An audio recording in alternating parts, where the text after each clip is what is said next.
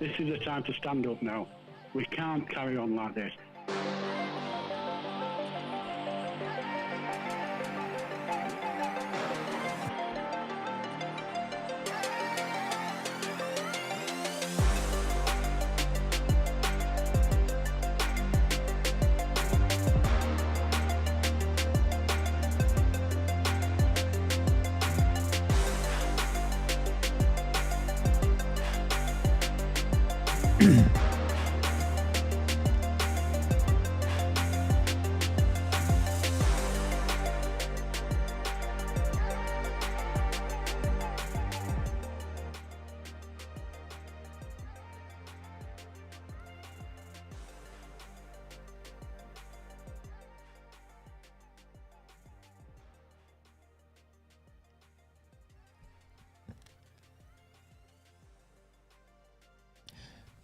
Jim Ignatius O'Rourke McMahon and his Labour Party pals, of those who dared show their face with him, had a gathering in the town centre on Saturday.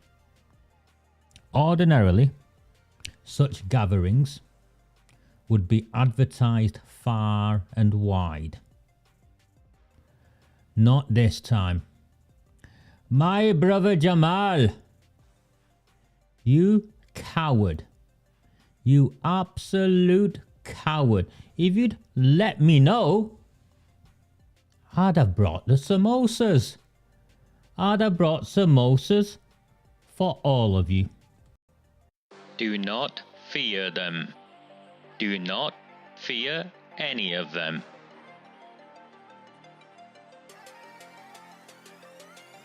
On the 20th of November 2003, James Ignatius O'Rourke McMahon was elected councillor for the Failsworth East Ward of Oldham. Deeply ambitious, he ruthlessly rose to power, and by 2011 he was already leader of the council. In 2015, exploiting a Labour Party loophole, he became MP for Oldham West and Royton. If only the people of the town knew then what they now know. Do not fear them. Do not fear any of them.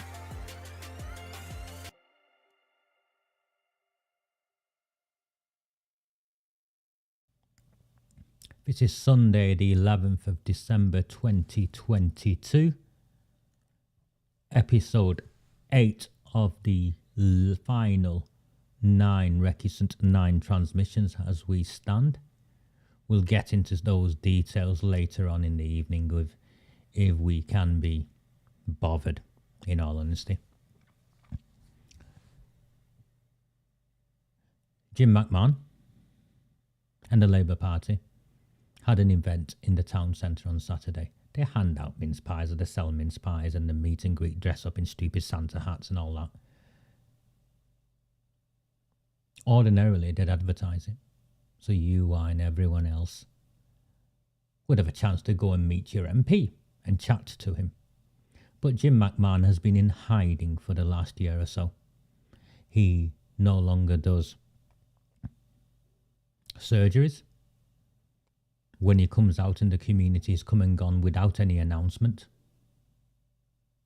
Because he's running scared. He's running scared because to all extents and purposes, he has been exposed for his role in the cover-up of the grooming and gang rape of white working class children in this town.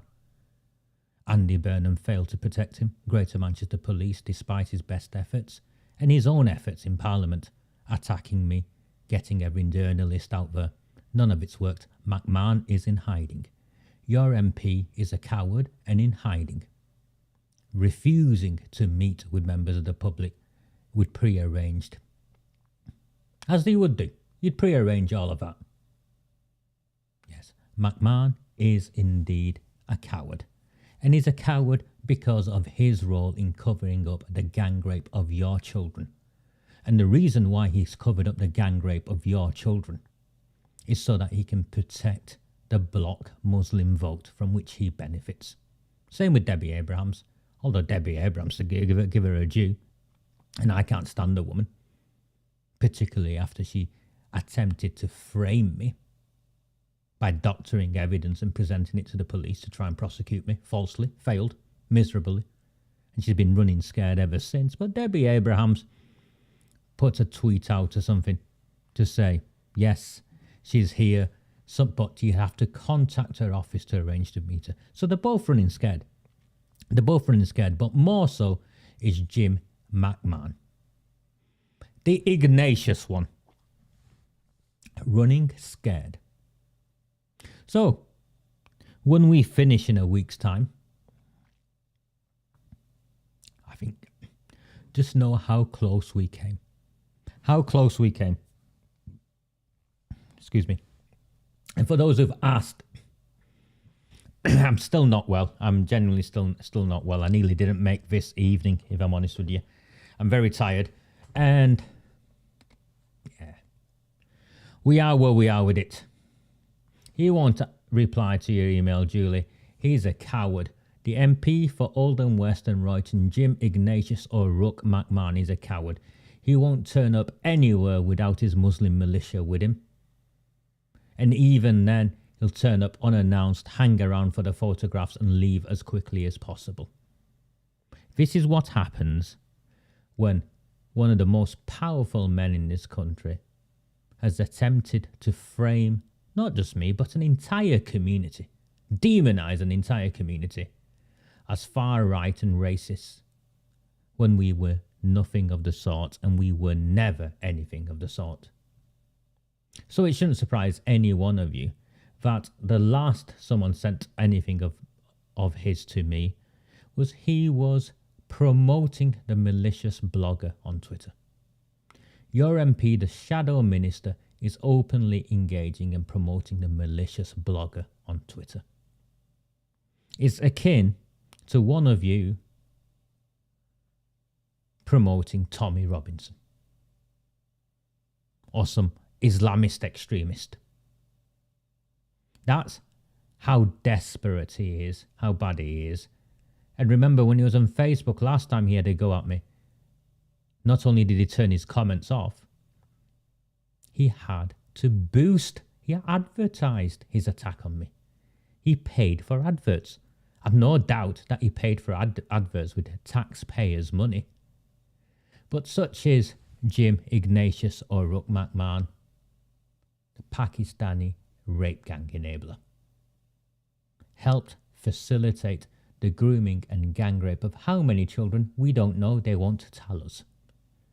And because they won't tell us is why I have no doubt that the number is astronomically high. Astronomically high. Thank you, Ian. That would be gratefully received if someone maybe this evening matches it with you. It'd be great, but I don't know, mate. I'll get to that later. Now, I want to play something. I don't know what the rules are, you know, and for those of you who don't watch this live, you've seen there are those who watch this live who then go running to YouTube to try and get this banned for, what is it, defamation. None of the defamation complaints ever come through, by the way. So the webinar on Thursday, which was a webinar specifically attacking the council, and councils can't sue for defamation in the UK, by the way. Councils cannot sue for defamation. You can call councils whatever you want. They can't sue you for defamation. So the webinar on Thursday that I put out, YouTube took down within like 24 hours because someone immediately went running and claimed it was defamation. Well, YouTube don't get involved, so they just take it down. By the by, I put it up on Facebook. Put all of it up on Facebook, and it's there on Facebook if you want to watch it. This is a coordinated campaign by senior politicians and their associates to try and hide the truth of what is taking place in Oldham. And yet, after 4 years, here I still am. Here I still am. And these transmissions will sadly end, not because of them taking us off, but because we failed to get the support we needed from our very own cohort. I'm just looking at this screen now. There's 130 of you watching now. I don't know what to say. I don't know what to say. I don't know what the rules are around YouTube me playing other people's content or videos, but I need to play something and I want you to listen to it.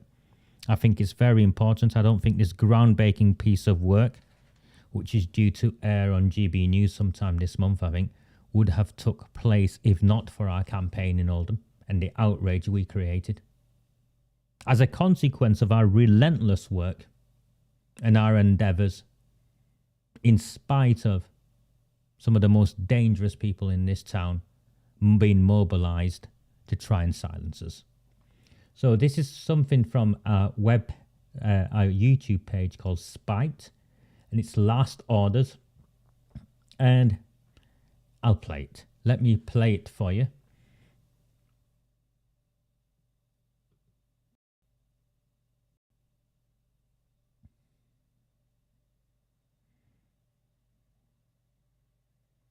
I want to get to the bit where they also ask for money and support, so I want to play that bit as well.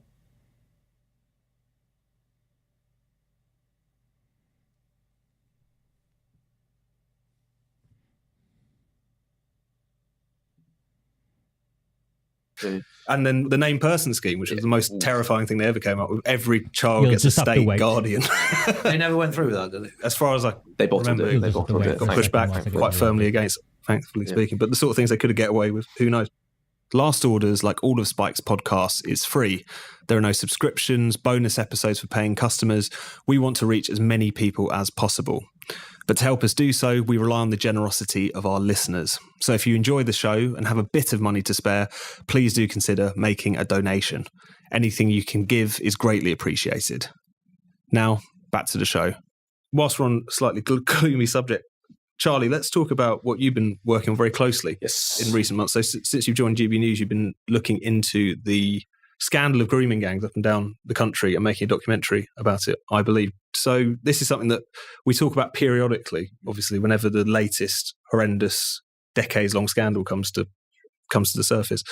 But as someone who's been looking at all of them kind of in their totality, going to all of the different communities and so on, what have you found out so far as you've been going on? Give us a little bit of a sense of what you've... The most distressing thing is how much of the stuff that I have found out has been just lying in plain sight for years, but is not part of the national conversation.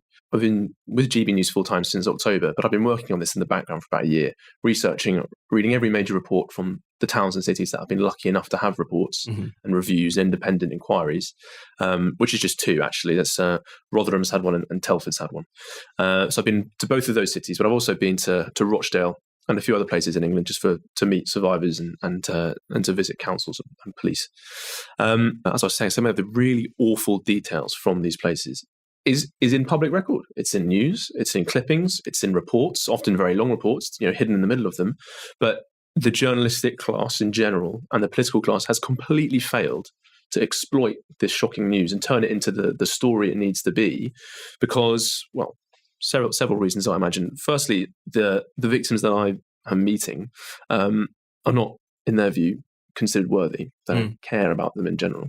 A lot of these girls are, they're white working class girls from former industrial mining towns or, just industrial Victorian towns in the north of England. But some of them, they would be seen as underclass, not even working class, girls raised in care. I've one police officer in Rochdale, we had an account of him saying to a junior detective that these girls will never contribute anything to society. It's not worth considering them. They're better off being drowned at birth than being cared for. It's a verbatim quote. So that's one major reason why it's been completely ignored. And I think it's probably the second biggest after the very distressing issue of ethnicity and the disparity in ethnicity between the most common perpetrator and the most common victim, and the gulf between majority kind of Pakistani grooming gangs and majority white working class victims has been too much for many to bear. Andrew Norfolk, the Times journalist who uncovered this scandal a decade ago in the Times, he first came across the story in 2003, didn't expose it until 2012. I mean, I think he's a hero for doing so, but the reason why he hid away from it in 2003 is because he felt like it was a far-right fantasy. He felt like this couldn't possibly be true. And if it were, it wouldn't be good for people to know about it. I think there was a sense of liberal angst that he refers to when he talks about his experiences in 2003. Labour MP Anne Cryer tried to make complaints, derided as a racist, shut up, never spoke again. Same thing happened to Sarah Champion in 2018. You remember the Rotherham MP? She spoke, derided as a racist. To her credit, she's campaigned a lot, but since that horrible attack, she's been much more quiet. And the intention and the mission of the film is to campaign for a few policies that I want to talk about now because we're going to try and actually have them passed, but also just to try and generate this national conversation that has never really happened, that has always been done very carefully, very difficultly, and has always, I think, and to our national shame, prioritised so-called social cohesion and community cohesion over the truth. And I think the truth is now more important than harmony, and we need some reaction. And if anything, it seems like it is storing up a lot of tension and disharmony for the future by not tackling this head on. Because as you say, it does seem like periodically anyone who found out about this early have said the same thing, Anne Cryer, or all similar thing. This sounded, the only people saying this to me, the only time I'd ever heard this before is from the far right, the sort of thing that the MP used to talk about. And so you did get into a situation when the only people talking about it are the people who obviously want to exploit it to anti-Muslim ends, etc. Then you're going to get a situation in which it's those people are going to go to learn about this, to even have any space to discuss it. It's not to say that people are naturally going to be propelled towards the far right, but it creates a really difficult situation. And it does feel like it's interesting because we seem at a bit of a different place now, Charlie, insofar as back in 2003, Anne Cryer shouted down. Took a long time for these stories really to be brought to the media's attention in any particular detail. What's interesting now is that there is a story every year or every few months or whatever about another particular locality, and yet there's not much political action. There's not a lot of focus on it. It's just kind of reported and then it kind of melts away in a way that other much more superficial scandals which preoccupy Westminster don't. So what accounts for that? Is it just the continuation of that sensitivity in a slightly modified form, basically? I think that is essentially it. It's the sensitivity, and it's also denial. It's the fear of the truth, and that they don't really want to accept that this is still happening, because it is still happening. I mean, we've identified through our research and visits 47 other towns and cities where there are credible reports of similar kind of gangs taking place between 1997 and today. Some of them have popped up in the last year or so.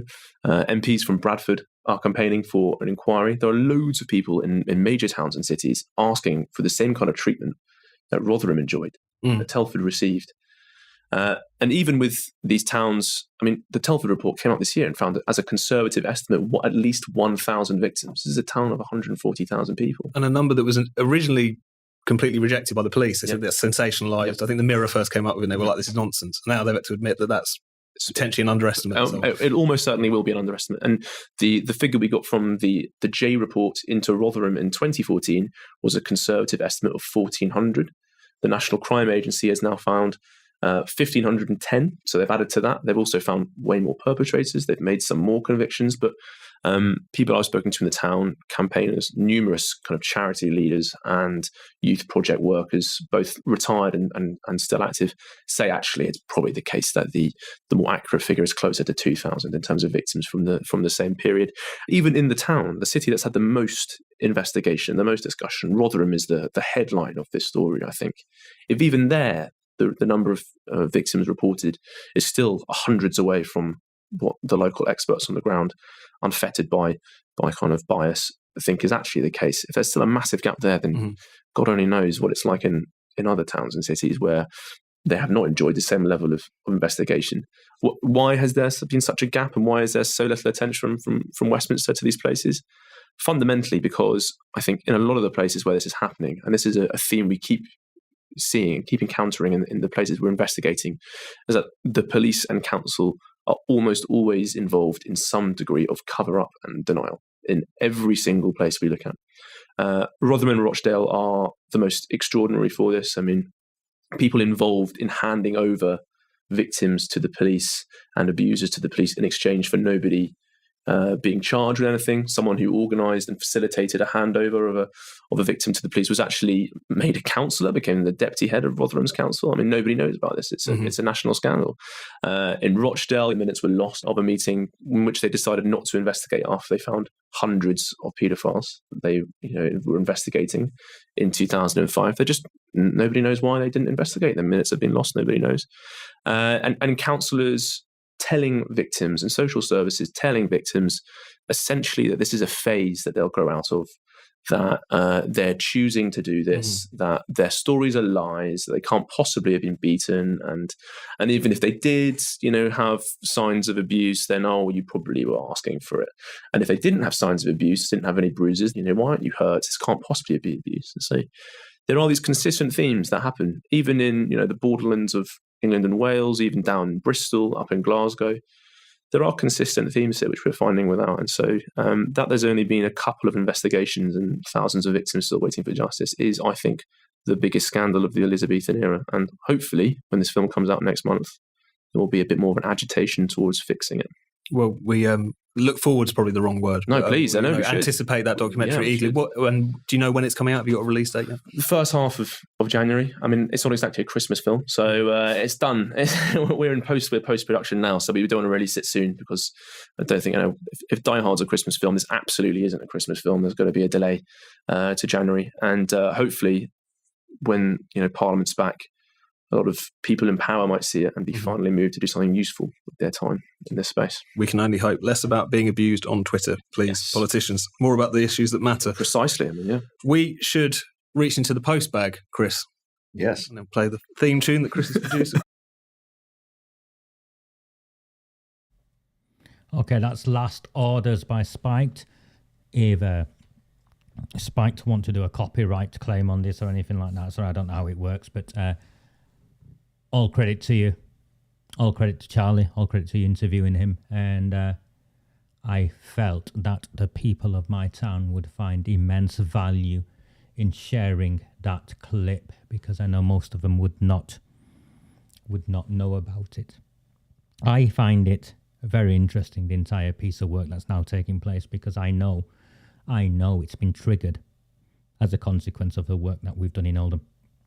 Because what we've done is defied all of those who called us racist. Remember, he talked about Anne Cryer, Sarah Champion, essentially being scared off after being called racists and far-right activists. It didn't deter us at all.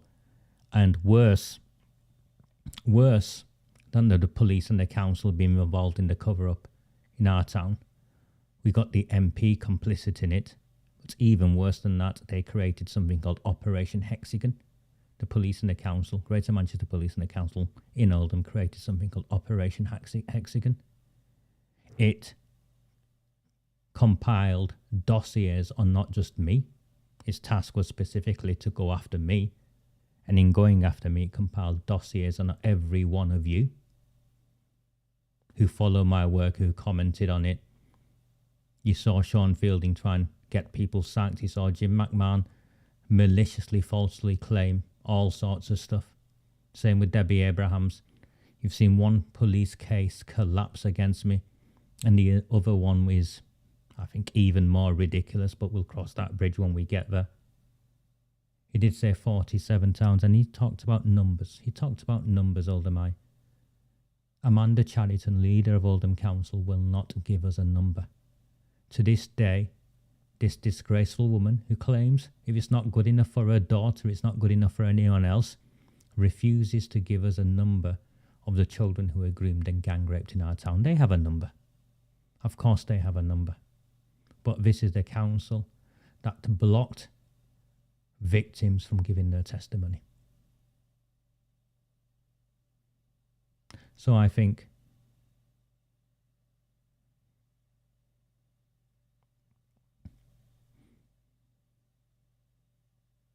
it's, I don't know what to say. Part of me is, a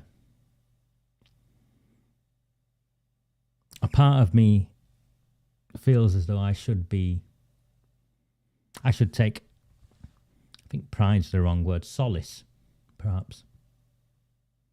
that we've come so far when we forced it as much as we have.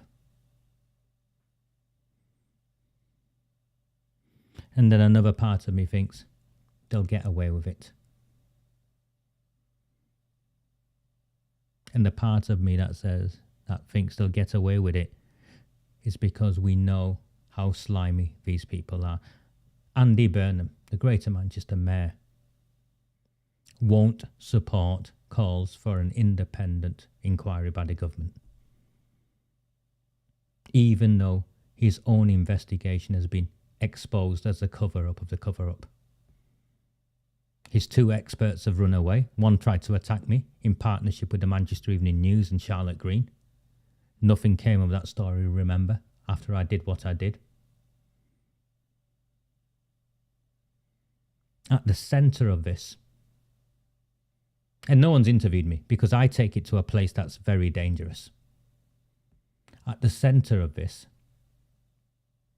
is the exchange of our children for votes. They can dress it up as how they want to talk in terms of community relations, in terms of ethnic sensitivities, in terms of antagonising the far right, but no. Before all of that took place, someone somewhere made a decision that these working class white girls, as Charlie said, demonised and considered to be less worthy.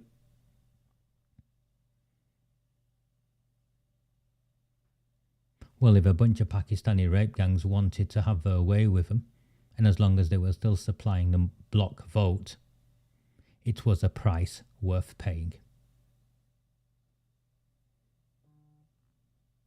If you are finding value in this transmission, I'm laughing. I'm laughing because my brother has just subscribed to me on the web page. It's come to something my brother, my sister, my friends and my family has taken out subscriptions, hoping that the work will keep going. I've got some of you who've took out second subscriptions. It's a shame. It's a genuine shame. 180 of you so far. This is the penultimate Recusant 9 transmission, where I think we're £500 short. So I'm talking it down perhaps, and maybe it'll come up. But it's been such a slog. I'm starting to think, is it worth it? I've given 4 years, people. I've risked my life. I've been mocked, ridiculed, attacked. They've tried to criminalise me. They tried to put me in prison.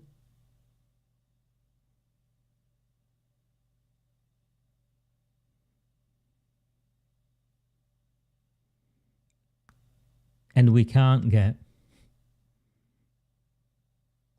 There's 300 free subscribers on the webpage, and I've checked the data. 80% of those free subscribers nearly always open the emails, regularly check in, all of that.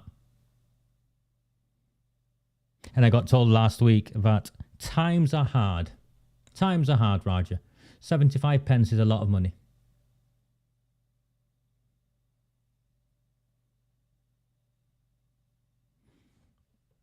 Gary, I am not worrying. I'm somewhere between disappointed and angry. You don't know me, Gary. You don't know what I've risked.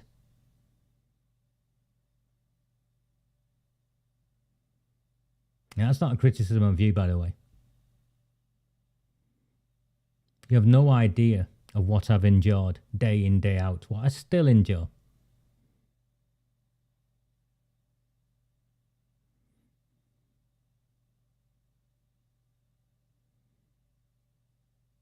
And yet here we are.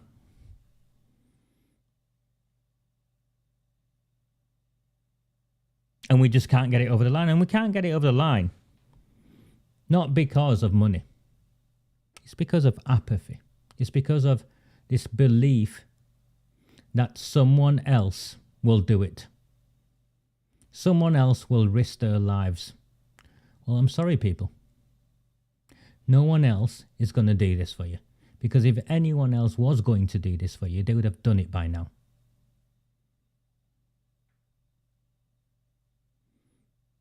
If anyone else was going to do this for you, they would have done it by now. If anyone else was going to take on the Labour Party and the machinery of the council the way I have, they would have done it by now.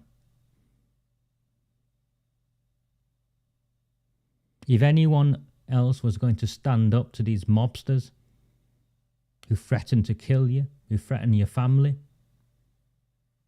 who follow you in their cars and do all of this at you,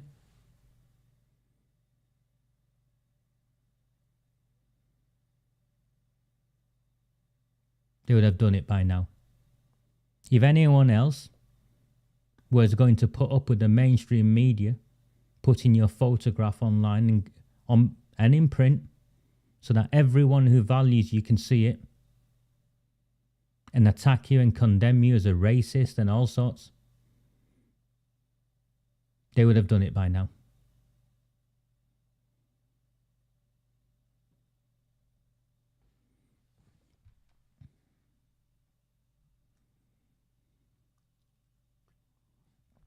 Well, more fool them, Lynn, because we've demonstrated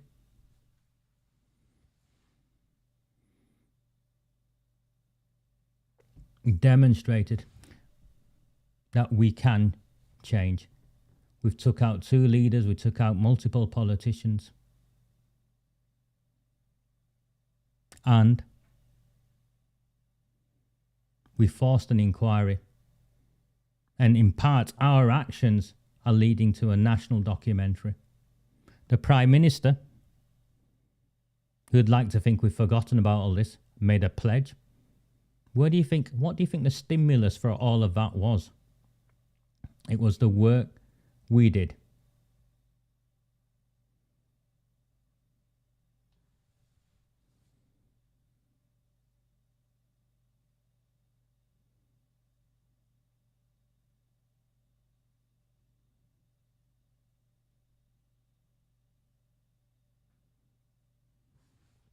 Of course there are egos, mate. Of course there are egos. Okay. Let's move on. Last week, and I don't buy this. I don't buy this at all, Jack. I don't buy this. There are people who do choose between heating and eating. I'm one of them. I'm one of those people, Jack. I don't buy that at all. I don't buy the 75 pence thing. Whilst there are people who are affected by it, there are plenty of people who aren't affected by it. So no, I don't buy that. And I don't buy the apathy thing on its own either, Lynn. It isn't apathy. It's a darker place. Someone will do it anyway, so why should I bother? That's where it comes from, and that's what 4 years of this has taught me. Someone else will do it anyway, so why should I bother?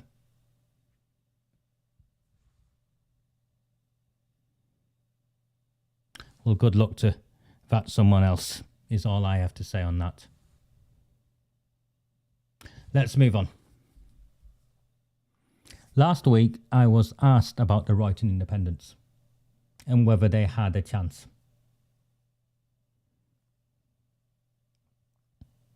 And I went away and gave it a lot of thought. I'm not the Oldham Independent Party or the Oldham Metropolitan Party, whatever that nonsense name is. And I'm not interested in setting people up to fail for my own ego. I'd rather go and take the hit myself.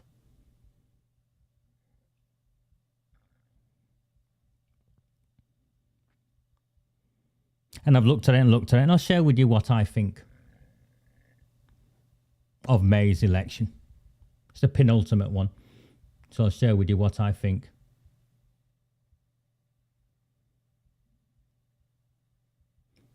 Of this coming May's election. Next week, I've got something in terms of the pledges and the manifesto that I've been working on.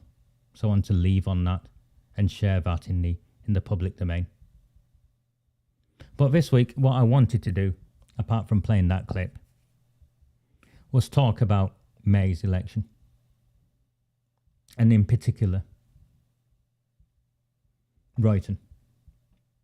Royton has 6 seats. Royton North has 3. Royton South has 3. Royton North, there's 2 Conservatives and 1 Labour. So it's Clint Piffian. And the 2 Conservatives are Lewis Quigg and Dave Arnott. Now I've fallen out with, well, I haven't fallen out with Dave Arnott really, but I've fallen out with the Conservatives per se, because they reneged on a series of promises to me. Nothing of subsequence. I just got fed up of being branded as a racist and far-right activist, particularly as I'd supported their candidates and their campaigning, getting some of them over the line.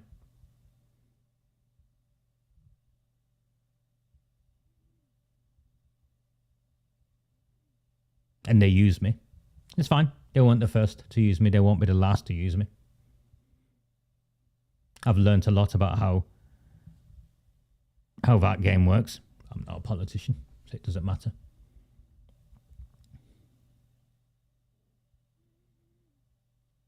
And I'm thinking, how do you get the Royton Independents over the line? Excuse me.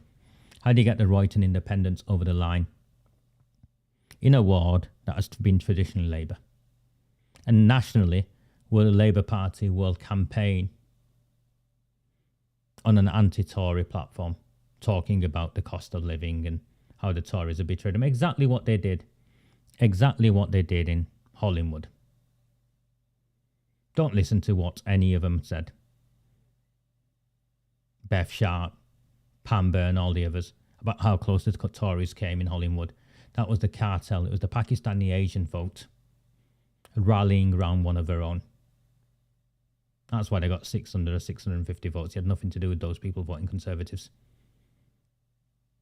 It was the Pakistani cartel vote and it was the postal votes.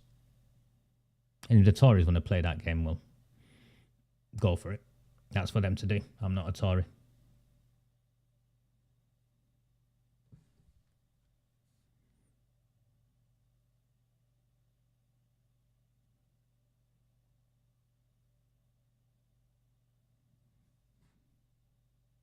So, how do we get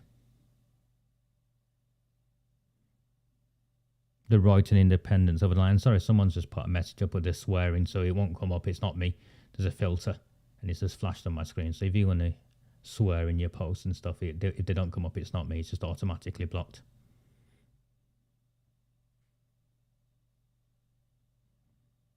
So,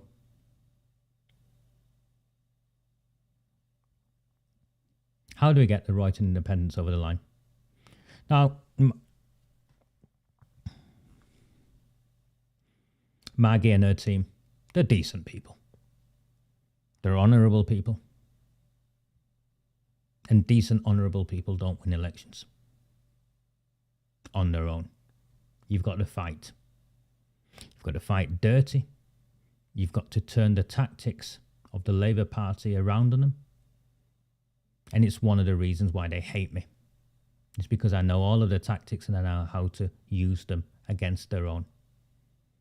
It's what we did in Failsworth.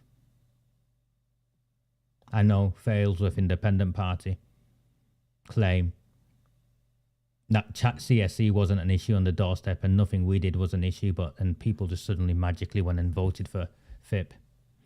No. I know in Chadderton South the Conservatives are claiming this great victory. We all know how that came about.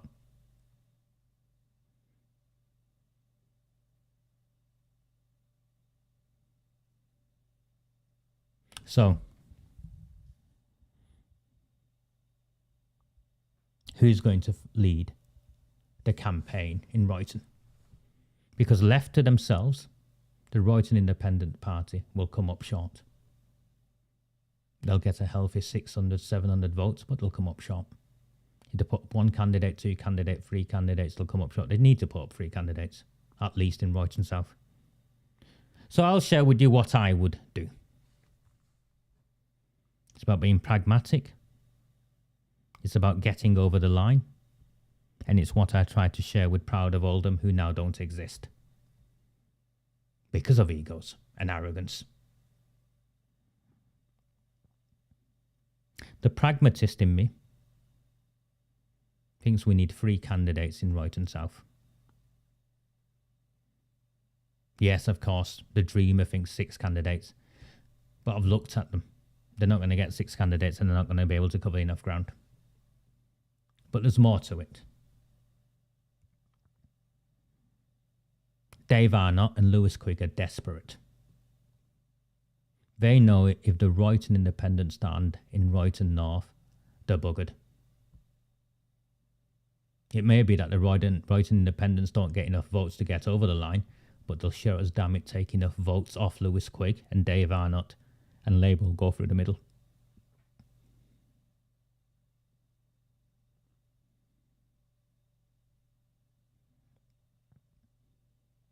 Likewise, in Royton South, where I presume Maggie and some of the others will stand because that's where they live, and it's where Amanda Chadderton and the BASHFORTH are. That's what the fight is.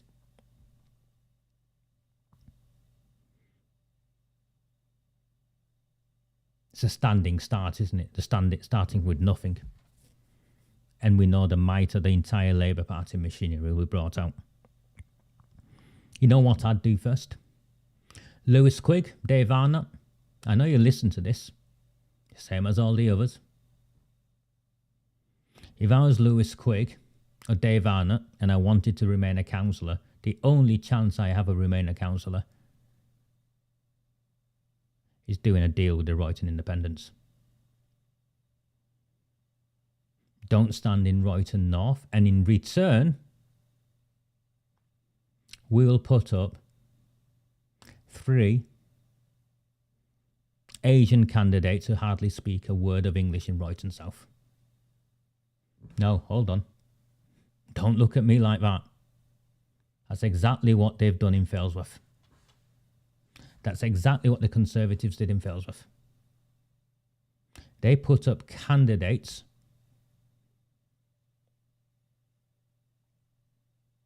that had no connection with the place, struggled to speak the language, and those who ordinarily would have voted Conservative went and voted for Failsworth Independents.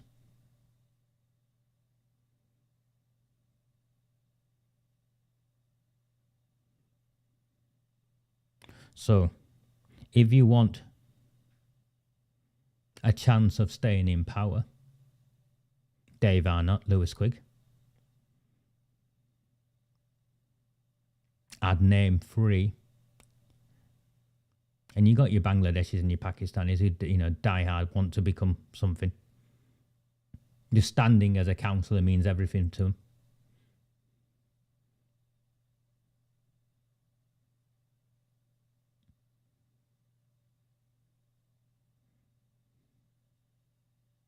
See, I don't agree with that. I just don't agree with that.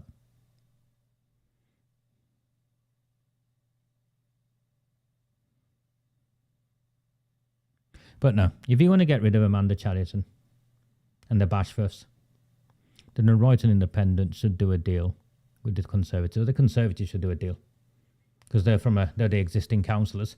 They should do a deal. Otherwise, they're finished. The Royton Independents will likely put all 6 candidates. They might not get any over the line. But I know 100% Lewis Quigg won't be a councillor after May, and Dave Arnott won't be a councillor after May.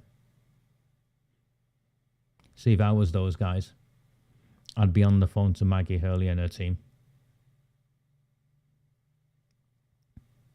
And what you'd then see is the best part of 1,000 votes. Gary Tarbuck took the best part of those 1,000 votes, and I knocked on doors with him. They're not what you call Conservative voters, they're anti-Labour voters. Maggie would pick up on all of them. Because those voters will see that the Conservatives are actually secretly backing the Independents. And Maggie and her team would pick up on all of those votes. As well as the votes that they would get from the apathetic voters who've never voted before. Because when the independents, organised independents, come online with legitimate local candidates, they get a bounce of people who don't historically vote who'll go out and vote for them because they know them, they're one of them. And you'll get some of the Labour voters switching to the Independents because they won't switch to the Tories, but they'll switch to the Independents. And it's the combination of those three elements that will see the Royton Independents over the line, along with a plausible, set of policies, actions, commitments to the locality, and candidates with authenticity and legitimacy within the community. I think they've got the candidates with authenticity and legitimacy within the community. What they now need is a bit of political strategy. And Dave Arnott asked me a question, or tried to insist something in my direction at the time, that somehow the Royton Independents were my sort of, they were some proxy for me. They're not. They're their own people who do their own thing, which is why I'm sharing this here in the way I am.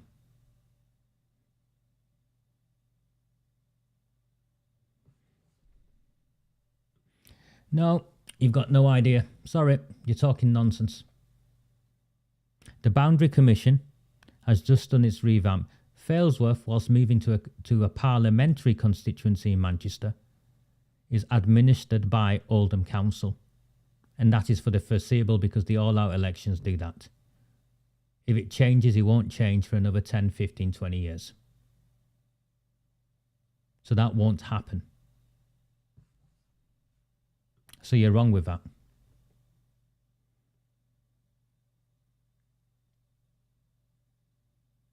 See, that's why we've succeeded where others haven't. It's just another reason why we've succeeded where others haven't. We've been able to stay focused. We've been able to stay completely focused.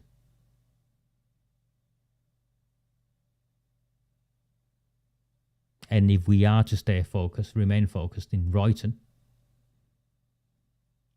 and remember, we put a call out where I would support any independents that came forward in Chadderton or St. James's. None have. Let's be clear, none have.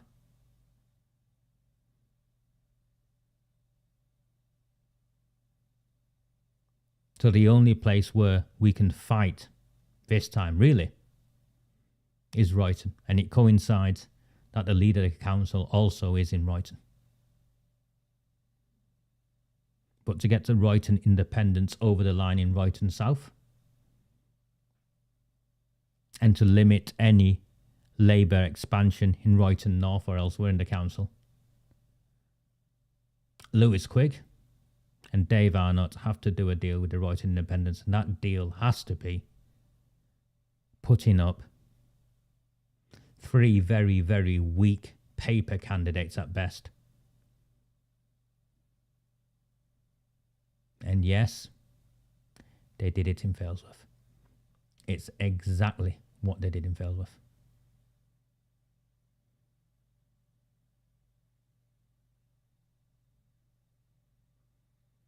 Now, when we won in Chadderton South,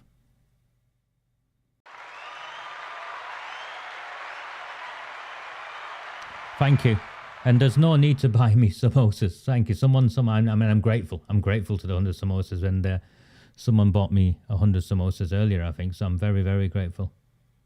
The way the samosas work, so we're all clear, because people ask. People usually who don't value me ask, or try and attack me ask. All of the samosa money is put together, and then it's used towards equipment or subscriptions and stuff like that. So that's what we have always used that money for. No, I've never bought a coffee out of it. I definitely never bought a samosa out of it. But grateful. I'm very, very grateful. But if you want to win in Royton, and if you believe I know anything about winning elections, and despite what they've done to me, My advice is for Lewis Quigg and Dave Arnott to reach out to Maggie Hurley and her team, eat some humble pie,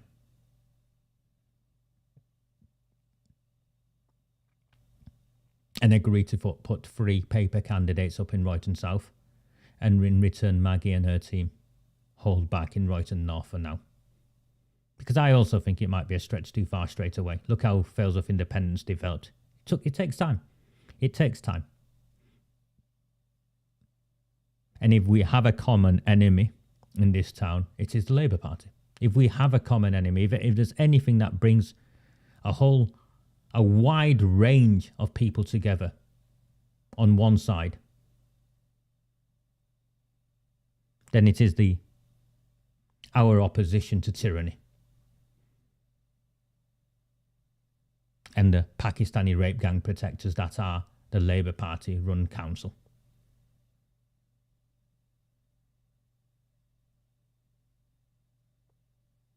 But to win an election, that deal on its own won't be enough, and this is what we did in Chadderton South. Remember, Royton South is a strong Labour Party seat. 3 times, for all 3 candidates and all the time. Labour, Labour, Labour, exactly the same as what Chadderton South was. And it's what we did in Chadderton South. We also convinced Labour Party supporters to stay at home, to not go and vote for Arud Shah. And I believe, and it'll be tight. I think Robert won by 90 odd votes.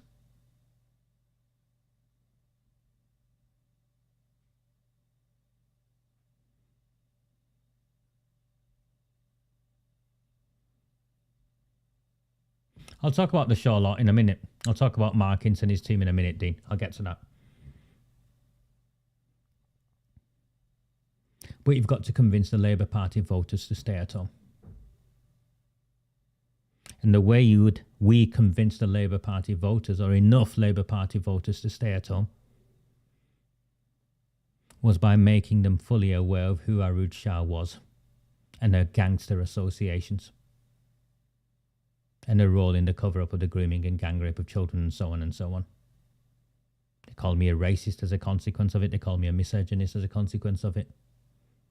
The police, in the police station, Detective Sergeant Christopher Dean threatened to arrest me if I went out campaigning.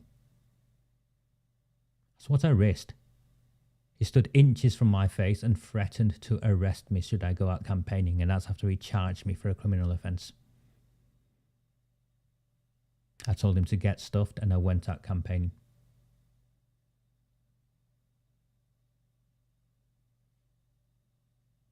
Lisa, if you've got an issue with Brian Hoban, take it up with Brian Hoban. If you want me to look into something that Brian Hoban said, send me some information and I'll look into it. I don't see eye to eye with Brian Hoban on a whole host of things. But I don't think it's fair this way for anyone. So please, if you've got an issue, if he's done you some injustice, take it up with him or send me some information. But this isn't the place.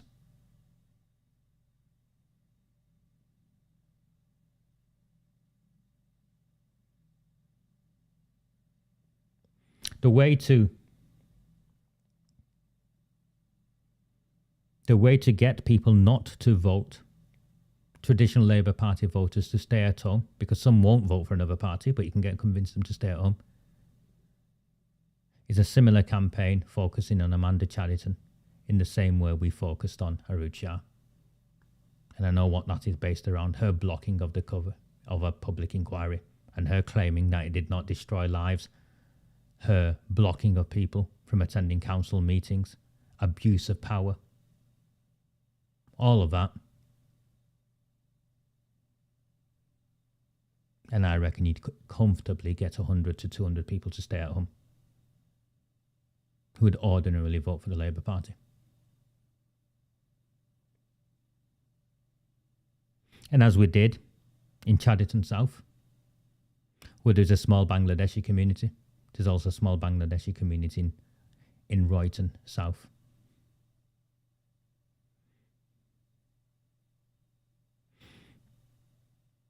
I sent some of the old football lads to go and speak to the families there. Arood Shah thought she had their vote before polling stations closed. She was busy knocking on them doors because they'd not turned out to vote for her. We'd do the same again in Royton South. This isn't clean. This isn't exactly. You're going to get dirty. You're going to win an election. Someone's got to get dirty and do it. I'm not expecting Maggie or her team to do it. But this is the work I did in Chadderton South with a small team of you. Who's going to do that work in Royton in May? Because if that work isn't done in Royton in May, they're not going to get over the line. And I'm sharing with you because I went to bed dwelling on the conversation. Or the question, sorry, that one of you asked. And I've never lied to anyone in my life. I've never set anyone up to fail in my life. It isn't a character trait I have.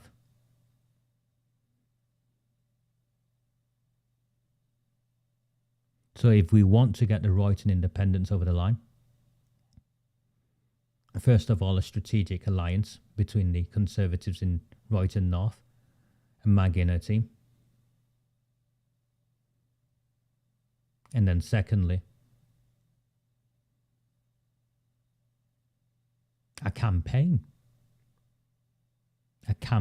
attacking Amanda Chaddderton and her fellow councillors in Royton South. And these things are legal, they're lawful. These are how elections are fought. This is how you win. The newspaper can put a photograph of me afterwards if I was to do it, saying here's the racist, misogynist, what? They might call me homophobic as well. You know, it'd be another tick I can have. I don't think Barrelgate Bashforth's disabled. He's been in hospital, hasn't he? Is he all right, by the way? I wouldn't wish harm on anyone.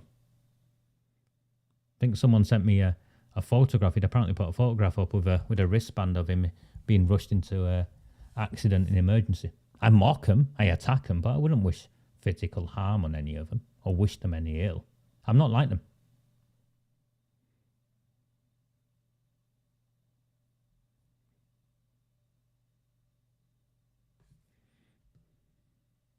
Those things are easy to say.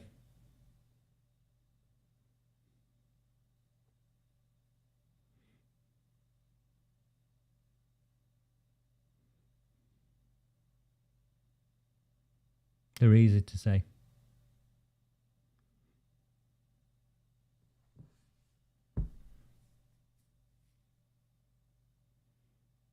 They're a brand new party. They're just getting registered. I helped fill in their forms last week. They've not got any members yet. Remember, Failsworth Independent had an extra year because of COVID. The election was delayed by a year.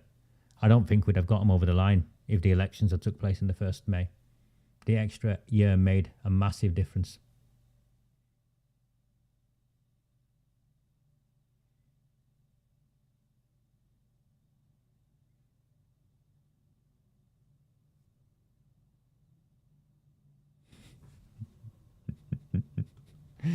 There you go, Evan. You got a smile off me off the back of I'm not sure who Pagan Bloodwolf is, but hurt himself lifting those barrels.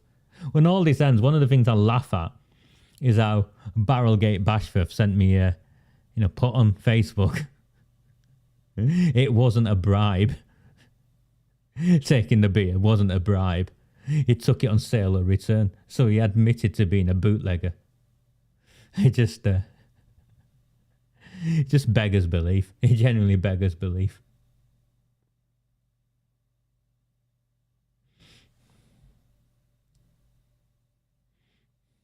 I think there are things going on in Failsworth, clearly with the Failsworth Independents, and I've I'm trying not to be harsh on him. You know why? None of this is easy. Running a political party, growing a political party, particularly a small one. And yes, there are personalities involved and people rub each other up the wrong way. Some people make the wrong decisions or make decisions for the wrong reason. Even if they are the right decisions, they make them for the wrong reason. But they're all learning. Every one of the independents are learning. And what I say to all of you is, what's the alternative?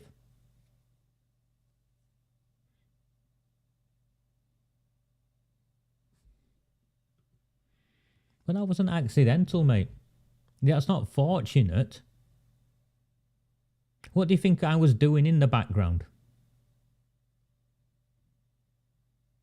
When I was being accused of being a Tory, what do you think I was doing in the background?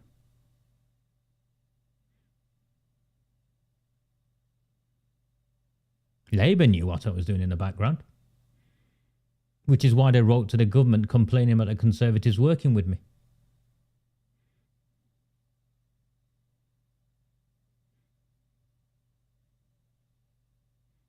Moving up to Shaw and Crompton. Credit to Mark Ince. He's cut ties with Eric. Eric's still, trying to take some of the credit, but no. Those were Mark Ince's votes last time when he came up short by 100 or 200. He realised proud of Oldham and Saddleworth brought with it baggage.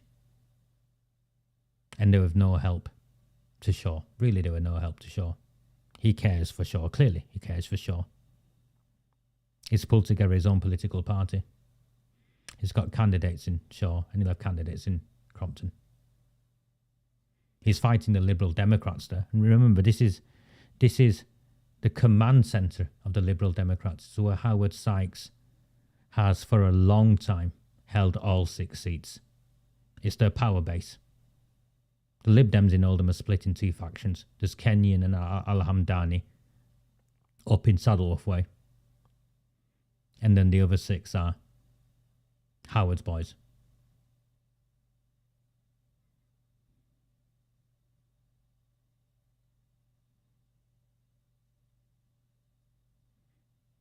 This will be the 3rd election in a row he's fought. So he's consistent. He's been there, he's been there, and he's been there. He's been called all sorts. I find it bemusing, really, with Mark Ince. I think he's more left than I am. Historically, I am of the left. He's definitely more left than I am. And he gets called a racist. There's not a racist bone in him. Yes, Jeanette. I think that's exactly what I'm saying. He's worked his backside off for the last couple of years and show full credit to the man.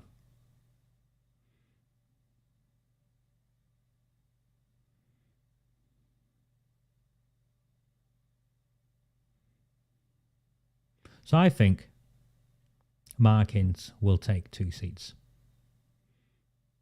1 in Crompton and at least 1 in Royton. He'll take at least 2 seats. I think it's going to be a very dirty campaign by the Lib Dems. We've seen how dirty they are. Howard Sykes has been exposed already for leaking information to the malicious blogger. Remember, he'd referred himself to the Standards Committee, but there's been no standards judgment on that. I broke the rules. I referred myself to the Standards Committee. That was a year ago. It was this time last year. But the Standards Committee haven't done anything else because it's a bent council, isn't it? One lot cover up for the misdemeanours of the other lot.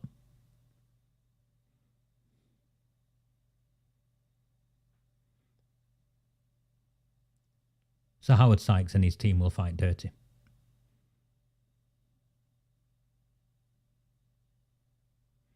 Hopefully Mark has developed enough political acumen to get over the line. Labour will do what Labour have done in Shaw and Crompton. They'll put some Asian candidates up there because none of the white candidates want to stand in shorts because they won't get in. So they'll send Maroof and someone else who like the idea of being a councillor, a candidate knocking on doors, put some photographs up on Instagram and live off that.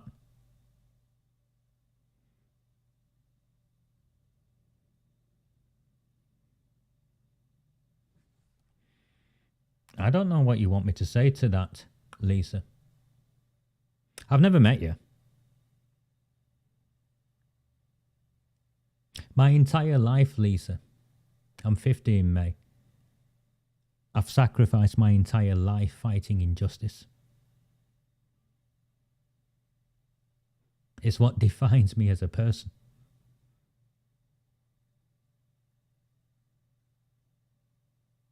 What you say there goes against every fibre of my being. Turn your back on children that are being gang raped because they are not my children.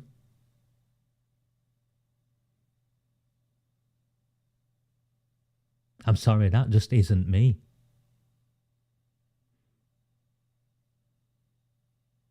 Turn your back on the elderly because it's not your mother who goes to that doctor's surgery. Turn your back on that community who have been sold out time and time again because it's not your community or you don't live there.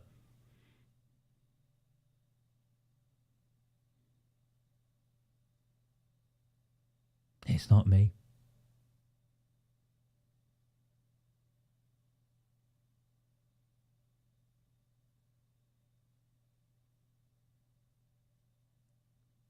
And would I change me?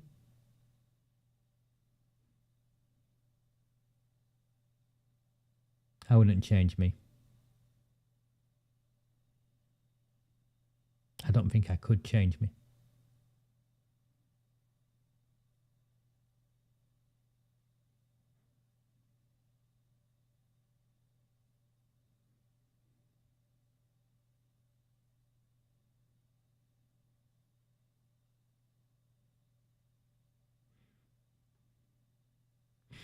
I don't know Lisa, and I'm not sure why she's communicating the way she is. I had a few people last week who sent me some messages angry at me for ending the transmissions or saying I was going to end the transmissions.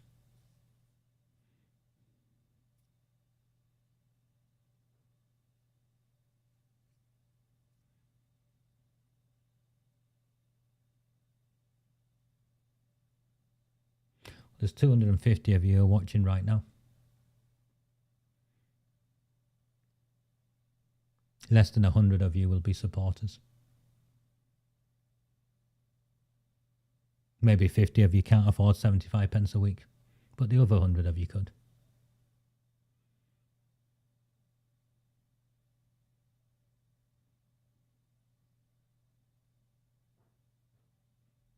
Tony, I'm sorry I didn't get in touch with you. I know I did get your email, Tony. Sorry, it was my daughter's birthday on Tuesday.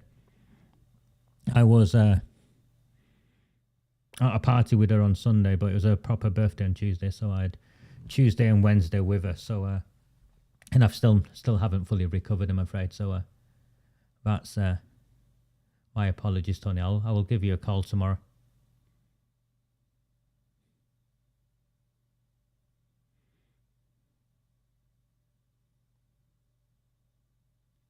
So way over the line for the Royton Independents. Stage 1 is the Conservatives and the Royton Independents having a conversation between grown-ups. Stage 2 is someone being recruited to go and do the dirty work in Royton.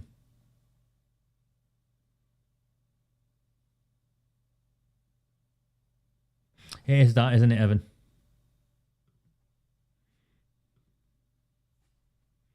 I've never met Evan. He's supported me for a long time.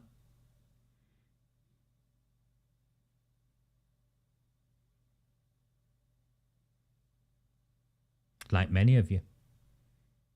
If I've met you, it's only in passing. And despite what other people have said, you've been able to make your own mind up about what sort of person I am and whether I'm on some sort of con.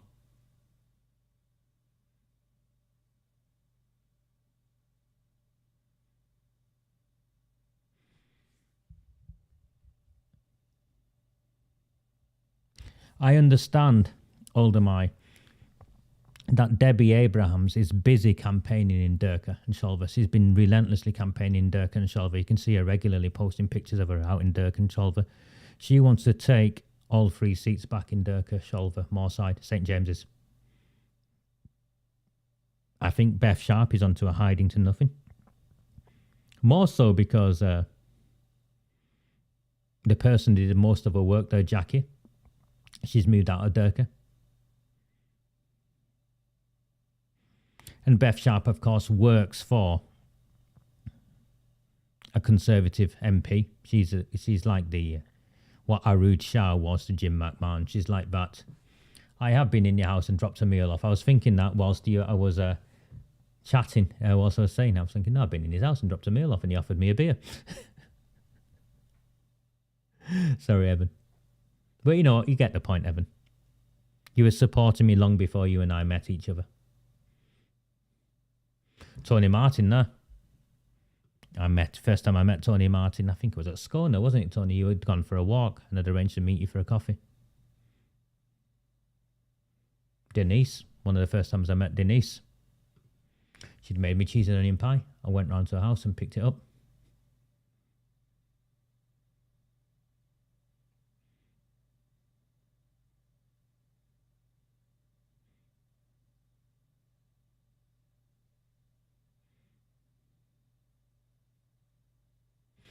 I used to think like that, Lisa, when I was younger. There is much more than what's going on in this town. And I went off to change the country and I went off to make the world a better place. And somewhere in some of it, I learnt a lesson. For me, it was a valuable life lesson. Go and be the change where you can make a difference. And the rest of it, I found, having gone through it, combination of pride, ego, status,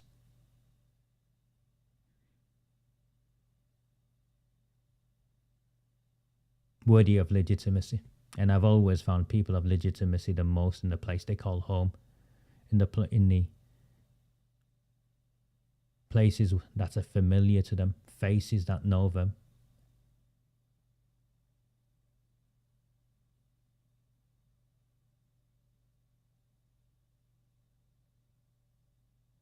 Do I care about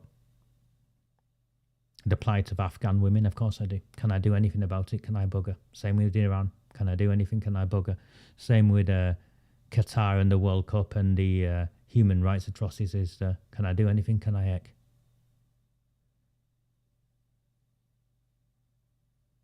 I care about the illegal border crossings. I care about the corrupt policemen that are raping women in this country and sexually assaulted them. Can I do anything?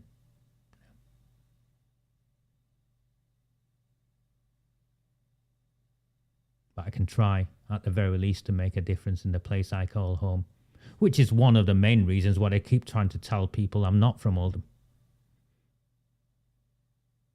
Desperate.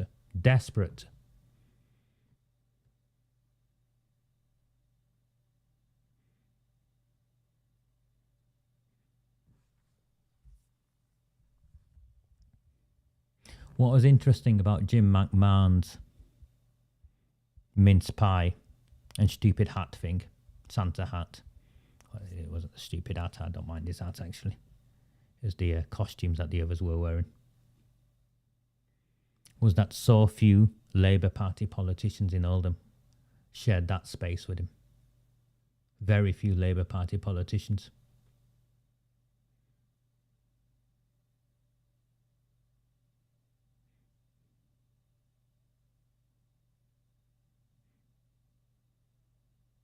What was also interesting, and those of you who watched the transmission a couple of weeks ago, where I shared with you how, as a consequence of the boundary changes not happening the way they wanted, which was to create this urban, basically a Muslim Pakistani dominant constituency, and we helped block that. And that's despite Lewis Quigg, by the way, trying to sell Oldham out. We even submitted a return to the Boundary Commission. We also submitted our return, by the way.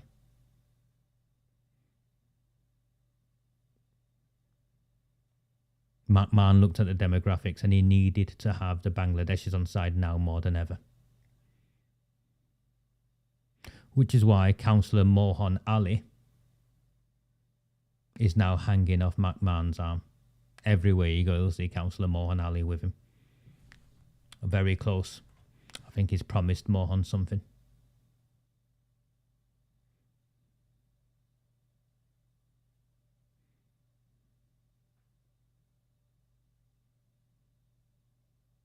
So Mohan Ali was retweeting it. Maruf, another Bangladeshi,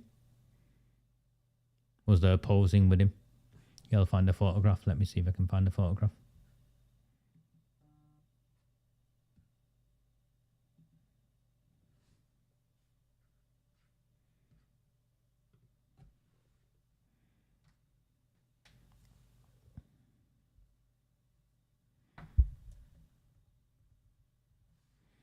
Here you go. Great stall event organised by JIM McMAHON MP.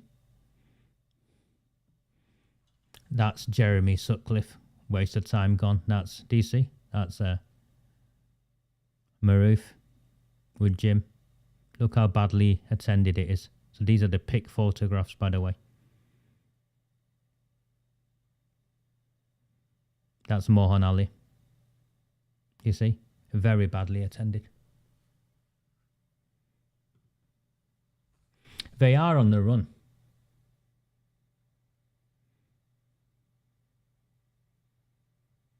They are on the run.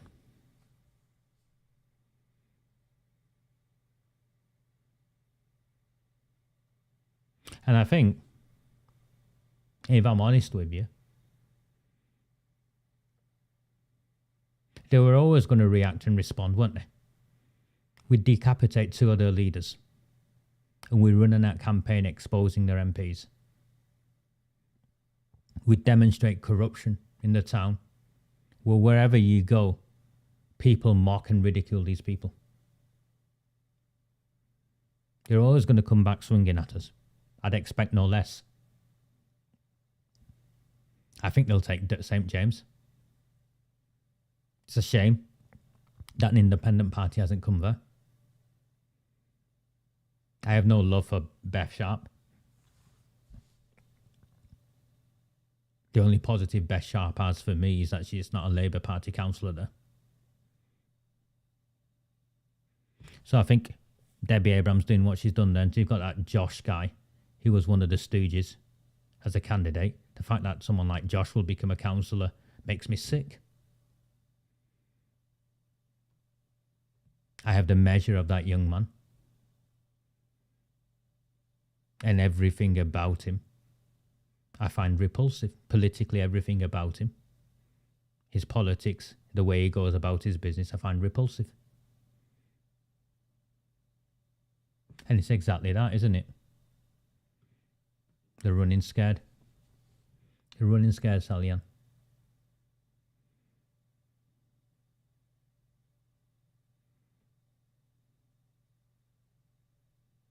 So,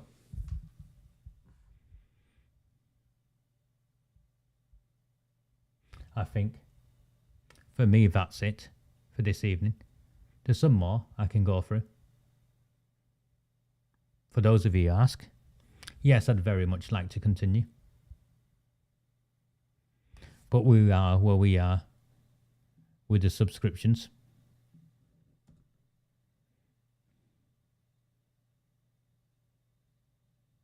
This is where we're up to.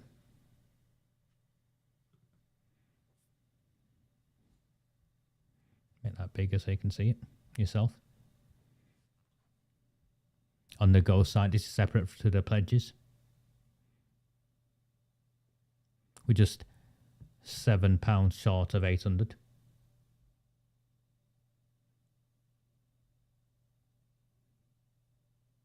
And with everything with the pledges, providing people, those pledges translate into money, and I have no doubt they will. The people who've come forward are decent people who want to help. Some people I've never met before.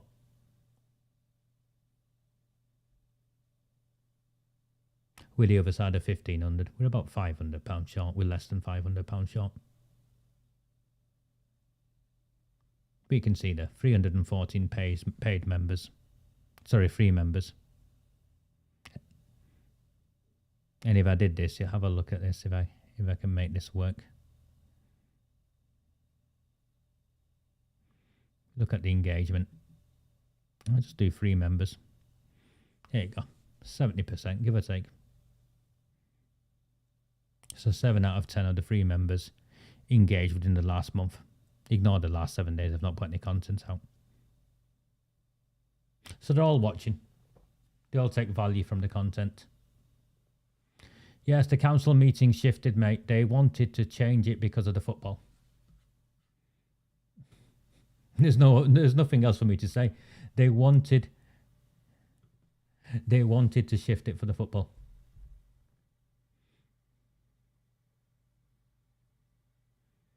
It's outrageous. Because the council officers who are committed to that meeting are some of the highest paid council officers in the town. It's the chief executive, it's the borough solicitor, it's Elizabeth Drogan, the head of constitutional services. Remember, the security is outsourced anyway, so they would have no say.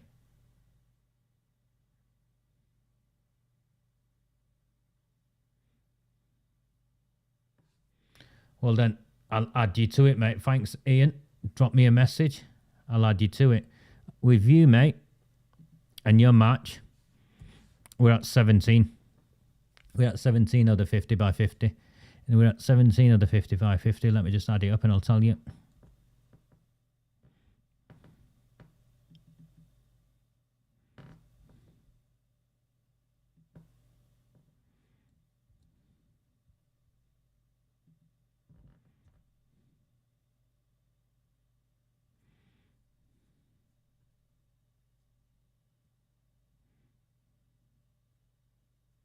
And with the other pledges, we're at 1,550, mate. So we're 450 quid.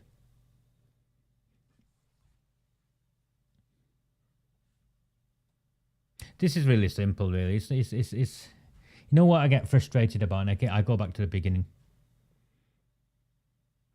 You spend more on a packet of crisps. Yeah, I've seen that, Sally, and so many of you have done that, and I'm so grateful. But it makes me angry. Because you're carrying the load. I'm asking for the equivalent of less than a packet of crisp to fight against everything that's wrong in this town.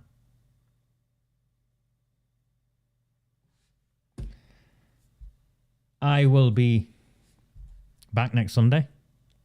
It is scheduled as our last one. For those of you who contacted me about the meal a week on Tuesday, the 20th. I look forward to seeing you all there. The space is booked for us. It'll be a fun evening. I really enjoy real life company. I don't think some of you understand how difficult this is. I speak into a camera. And I've got to focus and have a conversation with you at the same time, as well as go through a whole host of content and try and communicate some really, really complicated stuff in a really, really simple way. I think we've done remarkable. And this is me smiling, but I think we've done remarkable. In the 4 years I've been doing this and where we've come up, I think we've done remarkable. And I'm 100% certain if we continue, we will take seats in May. And then, in the 2 years after that, we'll take more seats. And we'll defend the seats where we've won them. Because that's important to do as well. Listen, this is 101 politics for me. I can do this in my sleep. I think I've demonstrated that. I can outmaneuver these, well, whatever it is they are. I can run rings round them. I've been running rings round them for the last 4 years. And it is that. Tony, it is that. For those who don't know me, and you are late to this, my name is Raja Mir.